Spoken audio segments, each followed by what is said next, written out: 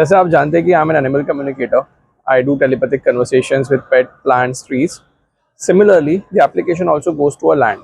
आप ये सोचते होंगे कि पेट से बात करना समझ में आ सकता है, प्लांट से बात करना समझ में आ सकता है, ट्रीज के साथ बात करना भी समझ सकता है क्योंकि वो एक तरह से लिविंग बीइंग है, पर लैंड के साथ कैसे पॉसिबल होगा?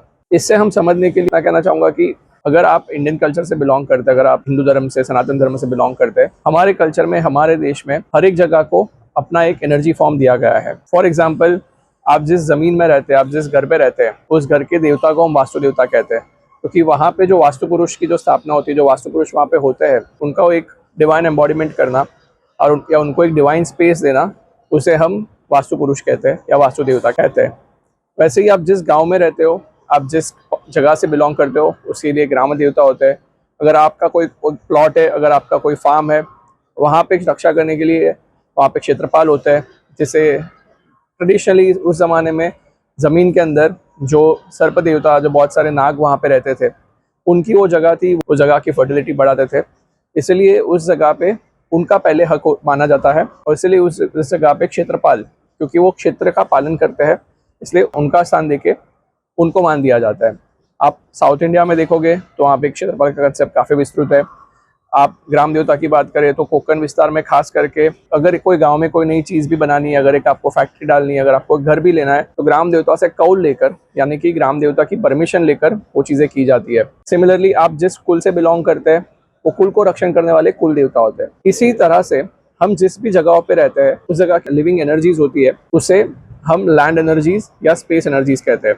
आपने टिपिकली देखा होगा कि एक जगह पे एक कोई दुकान आती है, वहाँ पे बार बार दुकानें बदलती रहती है, क्योंकि वो दुकान कभी वहाँ पे टिक नहीं पाती. हर दुकान के मालिक अपने तरह से बहुत ठीक से प्रयत्न करते हैं कि वो जगह ठीक रहे. वो अपने तरह से वहाँ पे पूजा करवाते हैं, वास्तु पूजन करवाते हैं, वास्तु की तरह से वो ठीक है कि नहीं वो भी करवाते हैं, फिर भी वहाँ पे चीज़ें ठीक नहीं होती. जियोपैथिक्स वैसे एक प्रकार होता ही है, पर उसके अलावा वो लैंड एनर्जीज जो है वो वहाँ पे एक्टअप करती है. इसलिए लैंड एनर्जी को समझना, उसको परखना बहुत इंपॉर्टेंट हो जाता है. ऐसे कई केस मेरे पाए जाते हैं कि बिल्डर्स है जिन्होंने प्लॉट्स खरीद के रखे हैं, उनके प्लॉट के कंस्ट्रक्शन भी शुरू हो गए, पर एक लेवल के बाद उनको कंस्ट्रक्शन अटक जाता है. उसके लिए जब भी मैं लैंड एनर्जी से कनेक्ट करता हूँ, लैंड कम्युनिकेशन करता हूँ, तो वहाँ पे कुछ ऐसी चीज़ें निकल के आती है जो प्रैक्टिकली हमें पता ही ना हो. और लैंड की अगर हम बात करें तो वो भूमाता है. माता कभी अपने बच्चे से रूठते नहीं है, बस हमारा ऋण होता है उनकी तरफ चुकाना. तो यही ऋण चुकाने की बात लैंड कम्युनिकेशन में होती है. वैसे ही आप अगर कोई फार्म की बात करें, आपके पास खेत है, मीलों मीलों तक एकर्स के खेत है, एक ज़माने में वहाँ पे फ्रूटिंग एंड फ्लावरिंग बहुत अच्छा था, बहुत अच्छी फसल आती थी. अचानक ही वो आना बंद हो गया. आपने सही तरह से खाद डाला, आप जीवामृत डाल रहे हो, आपने उस मिट्टी की अच्छे से मावजत की है, उस जगह का प्लोइंग, रीपिंग आपने सब ठीक से किया है, फिर भी एक टाइम के बाद वो जगह अपनी इफेक्ट देना बंद कर देती है. Not just because soil is dead, but there is so many other factors which we get to know when we communicate with that farmland. वैसे ही आप जिस घर में रहते हो, वहाँ पे वास्तु देवता का तो स्थान होता ही है. ऐसा भी हो जाता है कि कभी कभी आपने आप प्लॉट खरीद के रखा हो, आपके पास खुद का एक घर हो जिसको आप बेचने की ट्राई कर रहे हो, बहुत प्रयास के बावजूद भी आप बेच नहीं पा रहे. एक चीज़ हो सकती है कि वास्तु की तरह से वो अलाइन ना हो, तो इसलिए उसका वास्तु परीक्षण करके राइट डायरेक्शन में राइट चीज़ें कि नहीं, वो आपको देखना चाहिए. और अगर वो ठीक है तो उसके अलावा आपको उस जगह की लैंड एनर्जीज चेक करनी चाहिए. लैंड एनर्जीज मतलब जियोपैथिक स्ट्रेस की बात नहीं कर रहा, वहाँ पे जो लिविंग एनर्जीज है, लिविंग एंटिटीज़ है, वो क्या कहना चाहती है, उससे कनेक्ट करके समझ सकते हैं कि क्यों ये जगह बिकने रही.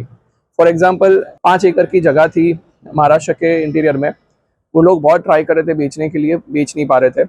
जब मैंने वो लैंड से कनेक्ट करा, वो लैंड ने मुझे कहा कि इस जगह में बेचने में कोई हरकत नहीं है, सिर्फ ये है एक कंडीशन है कि इस जगह को कमर्शियली यूज़ नहीं करना है. तो जब मैंने लैंड ओनर से बात की तो उन्होंने कहा कि वो जगह हम एक आयुर्वेदिक प्लांट बनाने के लिए देने वाले थे, हम ही खुद उससे मैन्युफैक्चर करने वाले थे और उसे बेचने वाले थे. और हम जब भी वो प्लांट के बारे में सोचते थे, बनाते थे, या तो हमें फाइनेंसेस कम पड़ते थे, या तो हमारे पार्टनर चले जाते थे, या तो रॉ मटेरियल्स के इशूज आते थे.